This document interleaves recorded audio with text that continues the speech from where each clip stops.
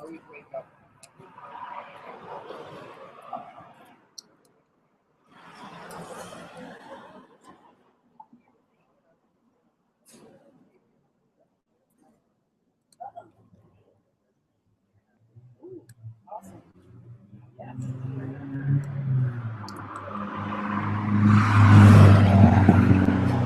guys, give me a minute to get my audio figured out.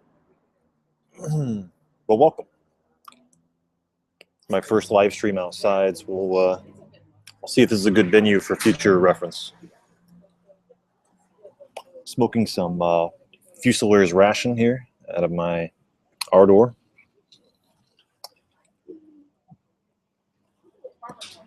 Been pretty impressed with Fusiliers ration.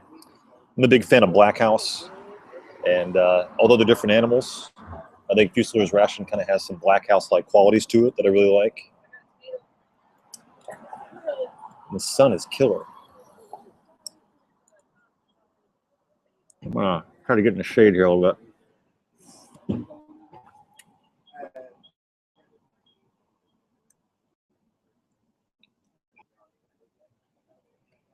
Also going to move this computer so it doesn't shake.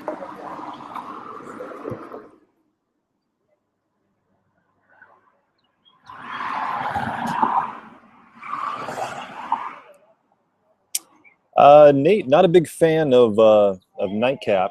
I was when I first started smoking. Since then, given I'm not a big English guy, there's a lot better Englishes out there than Nightcap for me personally.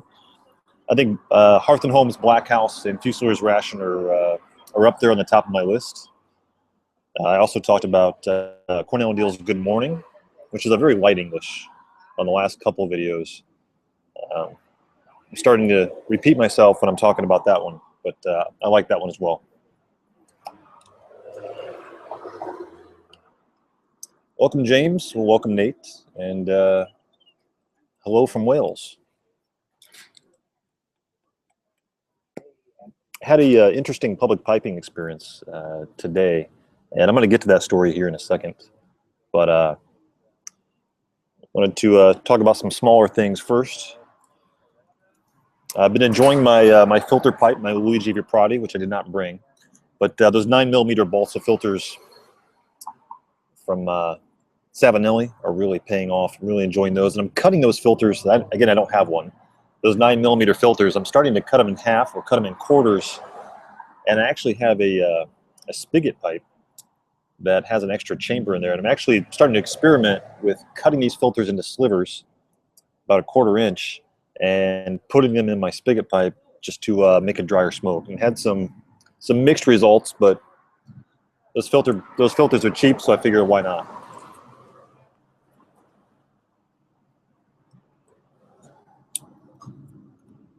I'll start the story when the traffic dies down here. What's everybody smoking today, by the way? Again, I got some.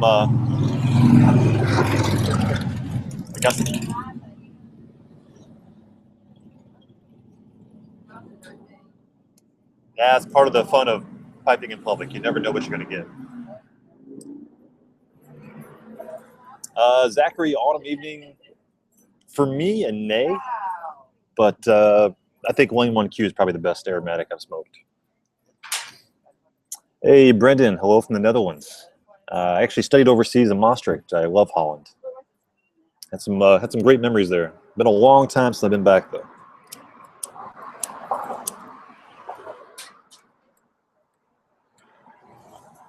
James, I've had several Petersons. Irish Flake is probably my favorite. University Flake kind of goes back and forth. University Flake's pretty hardcore. The other Petersons I haven't really tried a whole lot. Have not had Old Dublin.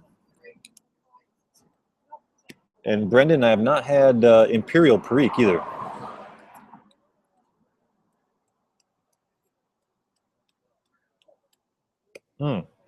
I'll get on with the story here. I got some notes as a reminder.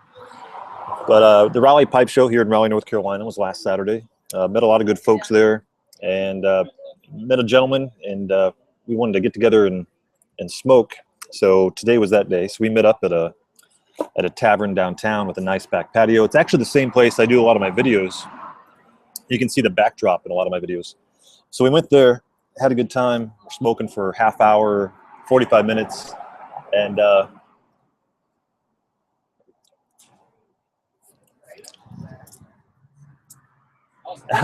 something interesting happened. Mid conversation, I probably had the most invasive public piping experience I've had so far, and I smoke outside all the time. But long story short, a gentleman came out. He probably had a few drinks in him, and sat down on the couch next to us. And for the next 20 minutes, basically, kind of threw himself into the conversation in a very aggressive, invasive, and actually kind of an inquisitive way, solely focused on pipes. What is this all about? Why do you guys do it? Just the questions kept coming and kept coming. And it was a memorable experience because although I do get questions when I'm smoking out in public, usually they're very polite, maybe a couple of questions here, a couple of questions there, but they're usually very short interactions, maybe 2, 5, 10 minutes. This was the most, like I said, the most aggressive questioning I guess I've ever gotten. So this guy walks up, he sits down, and the first question he asks was, this is kind of funny the way he said it. He's like, you know, with a lot of bravado, he's like, so pipe smoking, what's that all about? And just kind of expecting a response. And we were mid-conversation, so we didn't really know how to respond. But when you get approached like that, and again, it probably happens, it probably will never happen again in my life, but it's a story worth telling. But when you get approached like that, you know, you start to tell yourself, you know, yeah, you want to be a good advocate for the hobby, but at the same time, you know, I didn't sign up to play the role of a public defender in a pipe tobacco trial. So when someone kind of demands answers like that, you know, from the hobby you're enjoying, kind of puts you in a strange position. So me and my friend started trying to answer his questions about pipe smoking, kind of in a very measured, very short answered way, figuring that, you know, if we keep those answers short, he'll probably get bored, and, you know, then we don't have to be rude and say, you know, can you please leave us alone? We were actually having a good conversation here. But he kept asking questions, and the next question he asked was, you know, so what made you want to start pipe smoking? And because I could tell he didn't ask it that way, it was very aggressive, very kind of, you could tell he had a kind of an angle, like he was trying to prove a point or something. So to answer that question, I just wanted to keep it to one or two word answers. I was like, out of curiosity. And he looked at me, he's like, that's a strange answer. And then he just rolled on to the next question. And the whole interaction kind of kept going like that. It was kind of very stressful.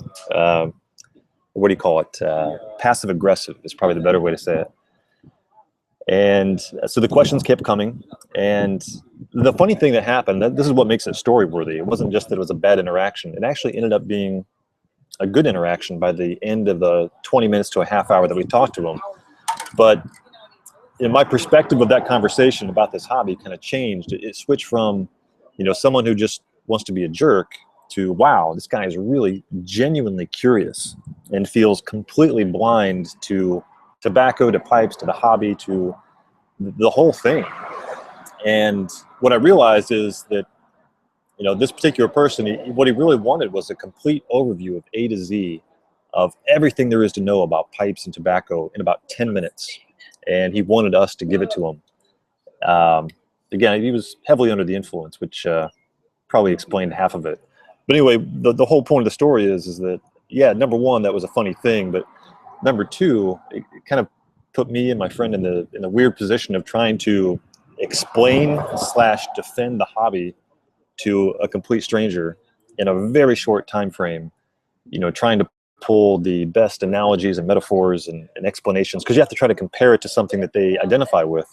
And it was a real challenge. It was kind of like I don't know, kind of a psychological, mental challenge, because the questions were of this nature. They were, you know, how do you do it? Why do you do it? What's the difference between tobaccos and cigarettes?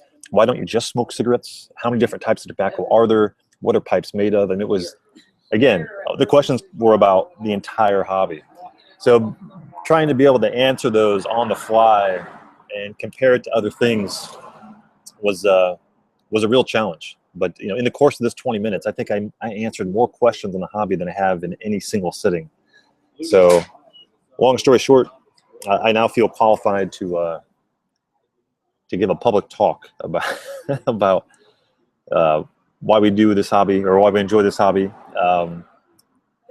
how it's different from other hobbies, how it's different from smoking cigars, cigarettes, and it was I don't know, it was just it was a mental challenge, something I wasn't signing up to do on a Sunday afternoon, but that's the story in a nutshell.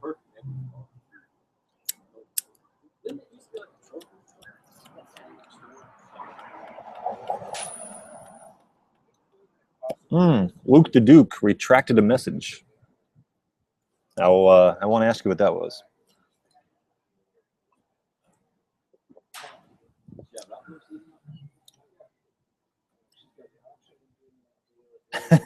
I agree, Zachary. One should never aggressively question a man whilst mid-smoke.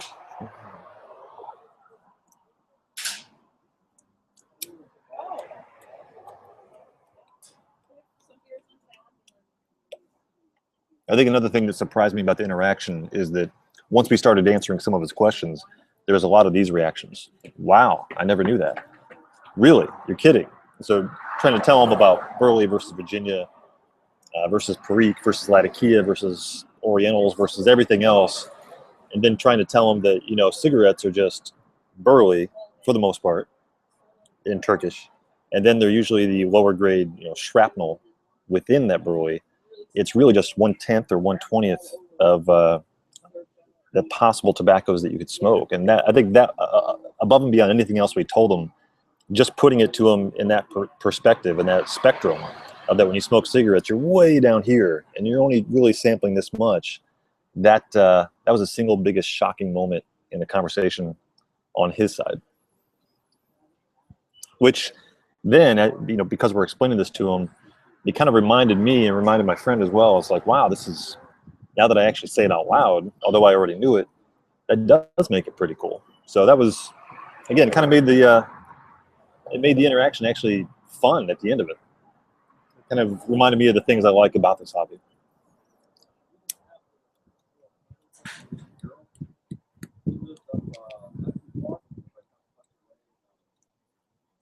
Oh, this is Fusiliers ration.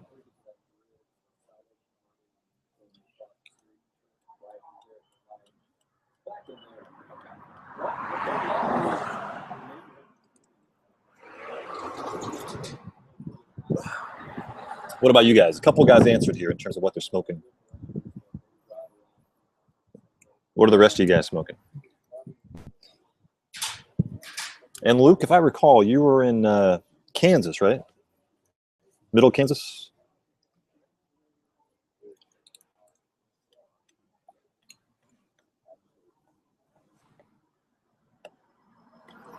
I should have gave him some Epiphany. That's what I like Epiphany too, by the way. That reminds me.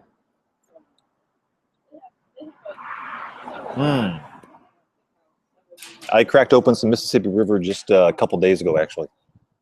And I haven't had Mississippi River in over a year. I don't have the tin with me because I actually gave it away, the last quarter tin. I had a hard time keeping it lit. It wasn't a bad smoke, but a couple weeks ago I bought both Mississippi River and Plum Pudding, and I know that I kind of like Plum Pudding better, so I'm looking more forward to that one. But the Mississippi River just didn't connect with me this time around. So I did the being a good advocate for the hobby, I gave it away to a gentleman at the pipe show last weekend.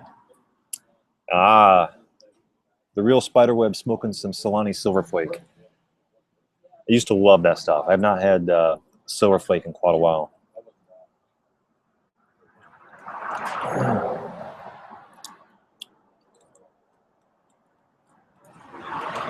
Martin, I've not had Larson 2006, although I have seen Larson in terms of a brand. Never ordered any.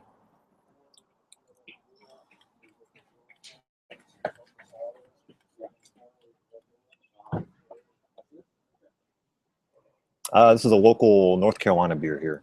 It's called Trophy, or the manufacturer is called Trophy.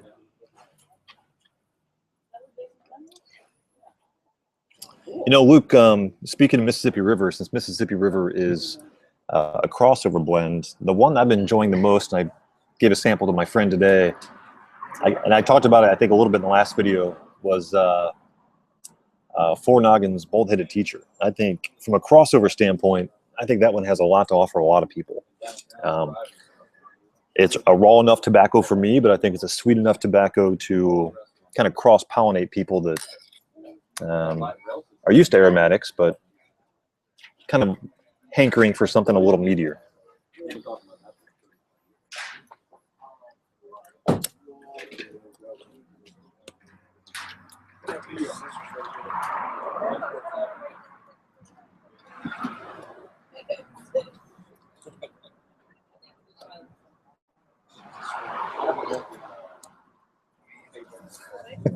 Yes, feel free to talk amongst yourselves too.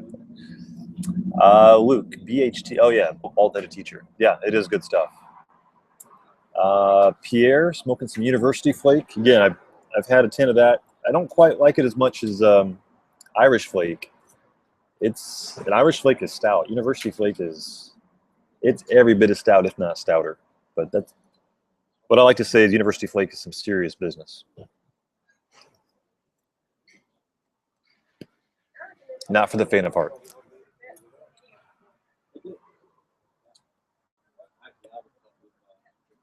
Well, Zachary, that's the irony of life, right? I didn't realize Indiana, Michigan had some of the best beer in the world until I moved away from the Midwest. So, on that note, I can relate. So Zachary's saying he lived in Vermont, which is where Four Noggins is at, and he didn't realize it was there until he moved away.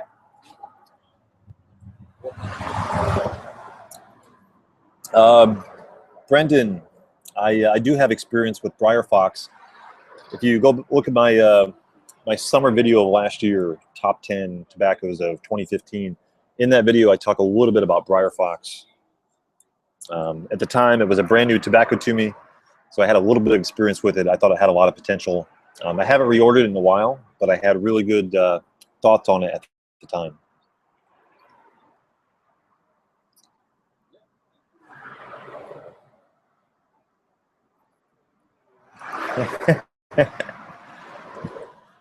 Luke, I'm not going to agree or disagree with you. I'll just say that you know, Briar Fox is one that I got some really good flavors over the first couple bowls, and my own test to myself is that if I don't reorder a tin, it must mean that I found something either consciously or subconsciously that I didn't really like about it, and using that logic and that logic alone tells me that, you know, maybe Briar Fox wasn't up my alley. Although I can't tell you exactly what I liked or disliked about it.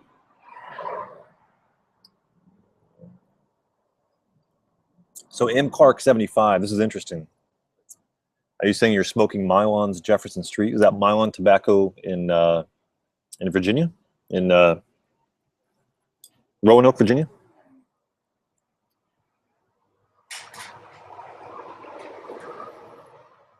And Vaughn, are you the Vaughn, are you the guy that turned me on to Bremen last year? Looks like you might be.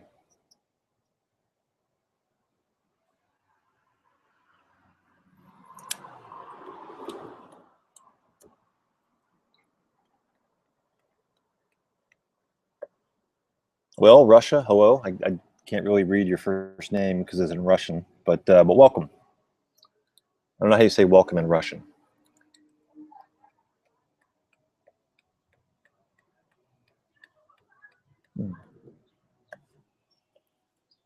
So Vaughn, how's the Bremen Pipe Club? I noticed there hasn't been any pictures on Instagram or videos about the Bremen Pipe Club.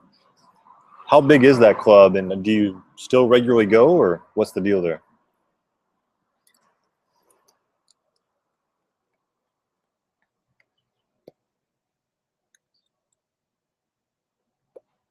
Hey, Matthew.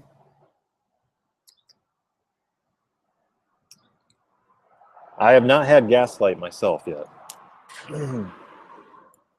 There's something about, you know, the tin art affects me in terms of my impressions of a tobacco, and there's something about Gaslight that gives me kind of a funny feeling. It looks It looks a little, not intimidating, just looks looks foreboding, I guess is the best way to say it.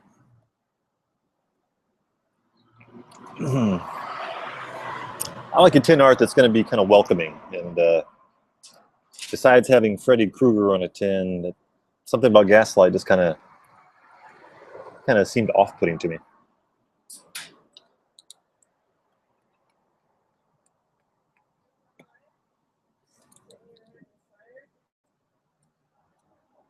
I smoked some Semois earlier today, Vincent Manille Semois.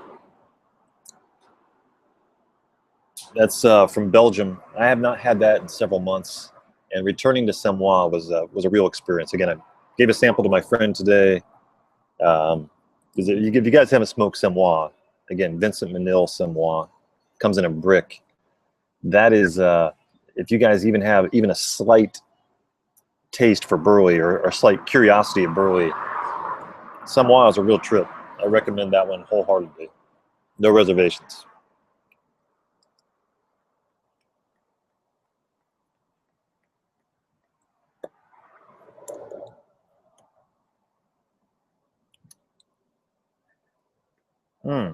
Luke, the best tin art that I've seen, you're kind of biased because you can judge tin art before you smoke it, but then sometimes if you love a blend, then you start rationalizing or justifying its tin art, and then you start to like it. But I think Key Largo is probably some of the cleanest tin art that I've seen. I love Solani, Solani Blue Label. I love that tin art. Capstan, just the simple blue rectangular tin, Capstan blue. Again, it doesn't have to be busy. I think tin art, for me, less is more.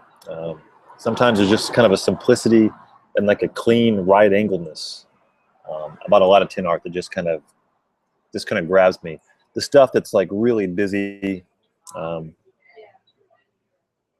Sutliff, paintings and stuff on the side of tin. Not a big fan of that kind of stuff.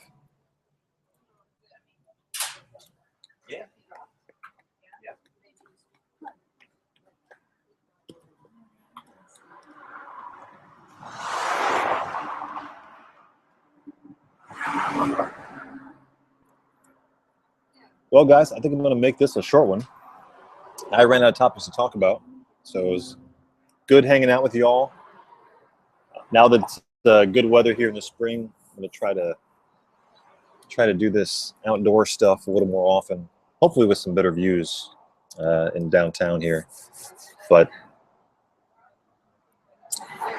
thanks again for watching, guys, and we'll see you next time. And good to hear that, Vaughn. I was always curious what you guys do over there in Germany, so love to hear more about it. All right, guys, take care. We'll see you next time. Share your thoughts, or you can summarize.